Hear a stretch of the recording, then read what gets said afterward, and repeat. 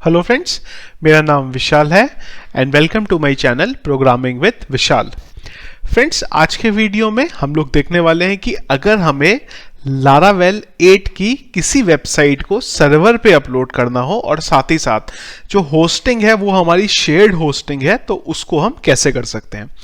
E commerce की जो friends हमारी सीरीज चल रही है उसमें मुझे काफ़ी कमेंट्स आए हैं जहां पे जो सब्सक्राइबर्स हैं उनकी ये रिक्वायरमेंट है कि एक बार सर्वर पे अपलोड करके देखें कि कैसा हमारा admin panel look and feel में आ रहा है। उसी के लिए बेसिकली हमारा आज का वीडियो है। होस्टिंग फ्रेंड्स जो हमेशा की तरह यूज कर रहा हूं वो होस्टिंगर की है। जो भी आप होस्टिंग यूज करें वो अच्छी होनी चाहिए और फास्ट एग्जीक्यूशन के साथ होनी चाहिए जब आप लारावेल की यहां पे बात करते हैं। मेरे से अगर आप रिकमेंडेशन पूछेंगे तो मैं हमेशा की तरह आपको बोलूंगा कि होस्टिंगर की आप होस्टिंग लें, और अगर आप होस्टिंग परचेज करना चाहते हैं एक 10% का आपको एडिशनल डिस्काउंट मिले तो मेरे हर वीडियो में एक लिंक होता है कोड के डिस्क्रिप्शन पे। जैसे कि मैं जो लास्ट मेरा वीडियो था आपको यहां पे दिखा रहा हूं कि ये लिंक है। आप जब भी इस लिंक पे क्लिक करेंगे आप होस्टिंगर की वेबसाइट पे आएंगे और यहां पे बहुत सारे अलग अलग प्लान चल रहे हैं जिनको आप ले सकते हैं। दो फायदे हैं आपको इसको यूज करने से। अगर तो आप मेरा ये लिंक यूज करते हैं तो आपको एक 10% का एडिशनल डिस्काउंट भी मिलेगा जब भी आप होस्टिंग को परचेज कर रहे हैं। साथ ही साथ अगर आपकी होस्टिंग में कल को कोई प्रॉब्लम आई तो मैं आपकी हेल्प कर सकता हूं। ये हेल्प भी मैं सिर्फ तभी आपकी कर सकता हूं जब आप ये लिंक से इसे परचेज करेंगे, अदरवाइज मैं आपकी कोई भी हेल्प यहां पे नहीं कर पाऊंगा क्योंकि वो ट्रैक नहीं हो पाता। अब चलते हैं हमारे होस्टिंग में। यहां पे सबसे पहला काम जो सोर्स कोड है जो ऑलरेडी मैं हर आपको वीडियो के डिस्क्रिप्शन पे देता हूं वो मेरा ये है।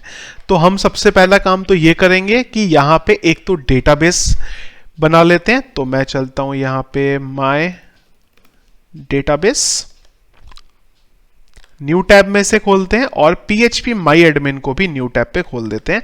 जब तक ये प्रोसेस होगा तब तक फाइल मैनेजर के थ्रू ये हमारा जो कोड है इसे अपलोड कर देते हैं, क्योंकि कोड जो है हमारा थोड़ा सा यहां पे हैवी होता है। Ctrl+0 और मैं मेरे डोमेन में चलता हूं, डेमो में आ जाते हैं और यहां पे मैं एक फोल्डर क्रिएट कर देता हूं ecom नाम से, और इस ecom के अंदर हम लोग हमारी जो वेबसाइट है उसे डालेंगे। तो मैं इसे कॉपी कर देता हूं और मैं यहां पे फाइल मुझे अपलोड करनी है। तो जो हमारी फाइल है मैं इसे सिलेक्ट करके यहां से अपलोड पे लगा देता हूं। ये जब तक अपलोड हो रही है जैसे आप देख सकते हैं बहुत फास्ट स्पीड में आपका काम होता है। यही आपको फायदा है अगर आप एक अच्छी होस्टिंग यहां पे लेते हैं। तो सोर्स कोड जो था वो मेरा यहां पे अपलोड हो गया है। अभी करना ये पड़ेगा कि ये जिप में है तो हमें इसको यहां से बेसिकली एक्सट्रैक्ट करना पड़ेगा। अगर आपको ऊपर के ऑप्शन नहीं भी दिख रहे हैं यहां पे तो आप थोड़ा सा स्क्रीन का साइज बढ़ा सकते हैं जहां से आपको ये सारे के सारे जो आपके ऑप्शंस हैं वो दिखाई दे जाते हैं। एक्सट्रैक्ट का ऑप्शन है, मैं एक्सट्रैक्ट पे क्लिक करूंगा। कहां पे क्या एक्सट्रैक्ट करना है तो मैं बोलता हूं इसी फोल्डर में फिलहाल के लिए मेरा सोर्स कोड डाल दें, बाद में मैं इसको मूव कर लूंगा जब मुझे करना होगा। मीनवाइल डेटाबेस में चलते हैं और एक डेटाबेस बना लेते हैं ecom नाम से, और यहां पे मैं डेटाबेस का नाम भी ecom रख रहा हूं। ecom ECOM कैपिटल में है @123। क्रिएट पे क्लिक करते हैं। पासवर्ड की कुछ रिस्ट्रिक्शन है तो मैं यहां पे डाल देता हूं वो ecom ECOM @1221। ये मेरा पासवर्ड हो जाएगा। क्रिएट कर देते हैं। यहां पे मेरा PHP माई एडमिन यहां पे है, एक अभी यहां पे और मेरा डेटाबेस आ जाना चाहिए। तो ये डेटाबेस मेरा यहां पे आ गया। अभी ये जो डेटाबेस मेरा बना इसके मैं PHP माई एडमिन पे जाता हूं और जो हमारा डेटाबेस है वो मैं अपलोड कर देता हूं। ये डेटाबेस भी हमेशा जो सोर्स कोड होता है उसके डिस्क्रिप्शन पे मैं आपको हमेशा डाल के दे देता हूं। डेटाबेस में आ जाते हैं हमारे, इंपोर्ट करते हैं, डेटाबेस इंपोर्ट, और ये मैं इंपोर्ट करा लेता हूं। यहां पे गो कर देते हैं। टेबल जो थी सारा का सारा जो डेटा है मेरा यहां पे इंपोर्ट हो गया। मीनवाइल इधर चलते हैं और जो हमारे यहाँ पे एक्सट्रैक्ट होने का काम है वो भी हो गया। ये जो जिप है इसे मैं अब यहाँ से रिमूव कर देता हूँ क्योंकि इसका मेरा कोई भी रिक्वायरमेंट नहीं है। सोर्स कोड जो है हमारा इस फोल्डर के अंदर है, मैं यहां जाता हूं और यहां से मैं सारी की सारी फाइल्स को एक फोल्डर, दो फोल्डर इनफैक्ट पीछे मूव करा दूंगा। यहां पे अगर आप आएंगे, अगेन मैं थोड़ा सा स्क्रीन आपको जूम कर देता हूं, मूव का ऑप्शन है ये वाला आपका, छोटा कर देते हैं इसे स्क्रीन को और मूव पे क्लिक करते हैं। कहां पे मूव करना है तो मैंने बोला चेंज कर दिया जाए इसे और इसे यहां पे ले आया जाए। सिलेक्ट दिस और सारी की सारी फाइल्स में ईकॉम के अंदर मेरे मूव कर देता हूं। मूव हो गई, इसको कंट्रोल 0 करके पीछे आ जाते हैं, ईकॉम के फोल्डर पे आ जाते हैं और इस फोल्डर को हटा देते हैं क्योंकि इसकी अब कोई जरूरत हमें नहीं है। Are you sure? हाँ जी, डिलीट कर दें इसे। सबसे पहला कॉन्फ़िगरेशन .env फाइल में हम जाएंगे, इन्वायरमेंट फाइल में इसको एडिट करेंगे और यहां पे मैं आपको बता देता हूं कि जो डेटाबेस की कनेक्टिविटी है इसे चेंज कर लेंगे। तो डेटाबेस की कनेक्टिविटी कहां गई मेरी? इधर होगी। ये मेरा यूजर नेम है, तो ये मेरा डेटाबेस का नाम है और यही मेरा यूजर नेम है। पासवर्ड मेरा यहां पे ये है, कॉपी कर लेते हैं और पासवर्ड को मैं यहां डाल देता हूं। नीचे आ जाते हैं और इसे मैं यहां पे सेव एंड क्लोज कर देता हूं। इसके बाद एक हमें जरूरत पड़ेगी यहां पे htaccess फाइल की, हमारे क्रिएट कर लेते हैं .htaccess क्रिएट फाइल मेरी यहां पे क्रिएट हो जाएगी। मीनवाइल अगर मैं आपको दिखाऊं कि वेबसाइट अभी कैसी दिखेगी तो हम लोग डोमेन में चलते हैं, डेमो में चलते हैं और यहां से ईकॉम में चलते हैं। तो पूरी की पूरी जो मेरी डायरेक्टरी लिस्टिंग है वो यहां पे हो रही है। चलिए एक बार इधर आ जाते हैं हम लोग और .htaccess फाइल हमारी बनी होगी यहां पे। तो इस फाइल को एक बार एडिट कर लेते हैं और एक कोड है मेरे पास htaccess में डालने का, इसको मैं कॉपी कर लेता हूं। ये कोड मैं आपको अलग से दे दूंगा, इसको आप वीडियो के डिस्क्रिप्शन पे आपको कोड मिल जाएगा, वहां से आप इसे कॉपी कर लीजिएगा। सेव एंड क्लोज कर देते हैं। यहां से एक बार रीलोड करते हैं तो ये हमारे पास यहां पे जो इश्यू है वो आ रहा है। तो PHP का वर्जन जो है वो मुझे यहां पे अपडेट करना पड़ेगा। चलिए एक बार चलते हैं हम लोग यहां पे। PHP कहां गया हमारा? कॉन्फ़िगरेशन में चलते हैं। यहां पे 7.4 की रिक्वायरमेंट होगी, वो मैं यहां पे कर दूंगा। तो मैं इसको बोल देता हूं 7.4 और हम लोग इसको सेव कर देते हैं। तो प्रोसेसिंग में थोड़ा सा टाइम लगता है, एक बार चलते हैं, रीलोड करके देखते हैं। तो ये एरर यहां पे चली गई और हमारी जो वेबसाइट थी वो यहां पे परफेक्टली ओपन होने लग गई। कुछ इशू है, वो क्या है वो वन बाय वन देखते हैं। पहली चीज, एडमिन पैनल पे चलते हैं। एडमिन पैनल हमारा ओपन हो गया और यहां पे मैं डिटेल डाल देता हूं, vishal@gmail.com and Vishal. Sign in करते हैं। साइन इन भी जो था हमारा यहां पे सक्सेसफुल हो गया। क्लोज करते हैं, कैटेगरी पे आते हैं। कैटेगरी को एडिट करते हैं। इमेज जो थी वो मेरी यहां पे बराबर आ रही है। एक बार इमेज को सिलेक्ट करते हैं, इसकी जगह पे मैं कोई दूसरी इमेज डाल लेता हूं यहां पे, माईकॉम या फिर मैं एडमिन की टेम्पलेट में चलता हूं, इमेज में चलता हूं।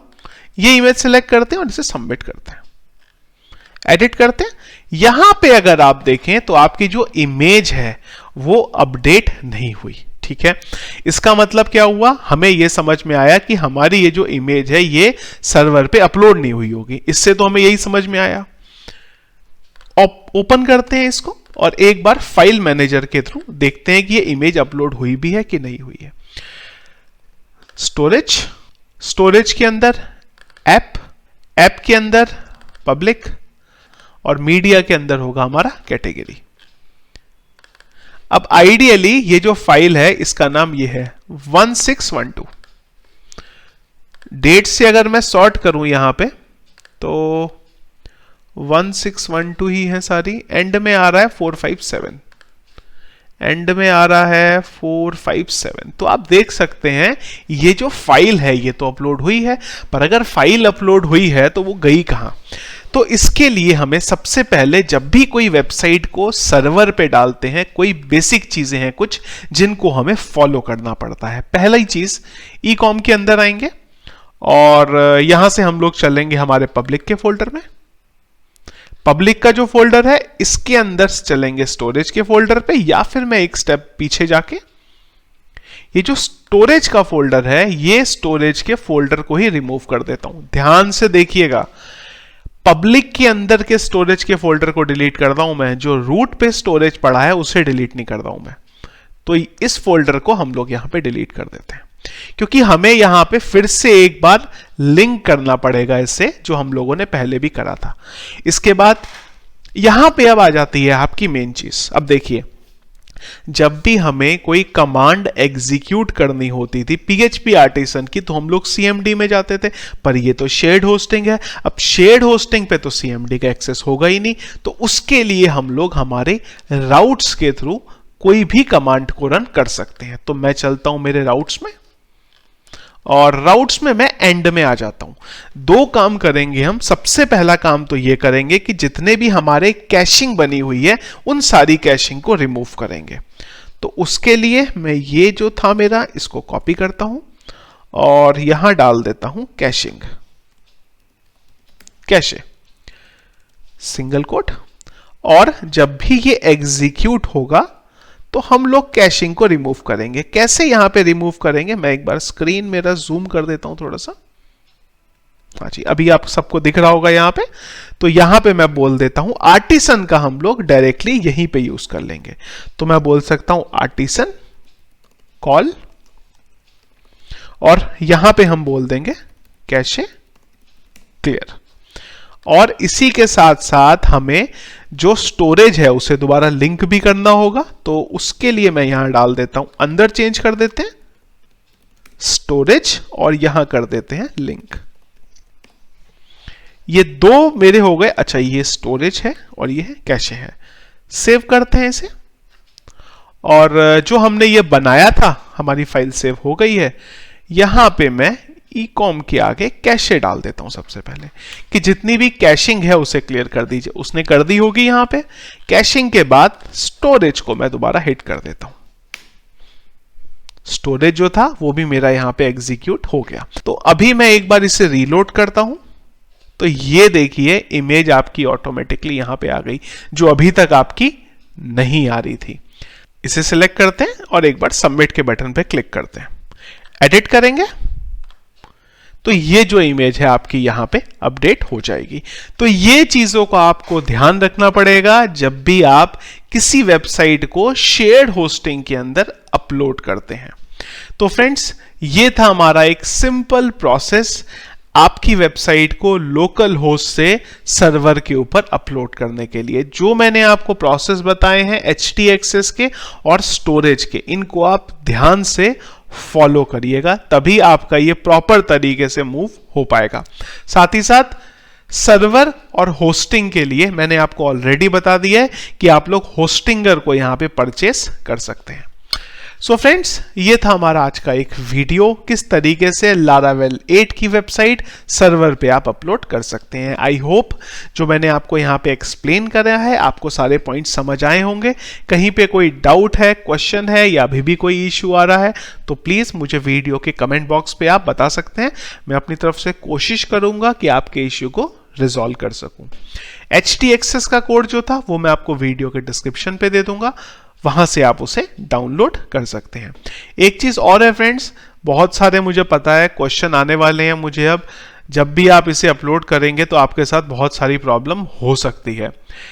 किसी और होस्टिंग के बारे में मैं कोई गारंटी नहीं ले सकता, आप इसको कहीं और डालेंगे, अगर आपके कोड में एरर आती है या कुछ होता है, मैं उसे डिबग नहीं कर पाऊंगा, क्योंकि मुझे उस सर्वर का जो कॉन्फ़िगरेशन है, कैसे वर्किंग है, वो पता नहीं है। होस्टिंगर के बारे में मुझे पता है।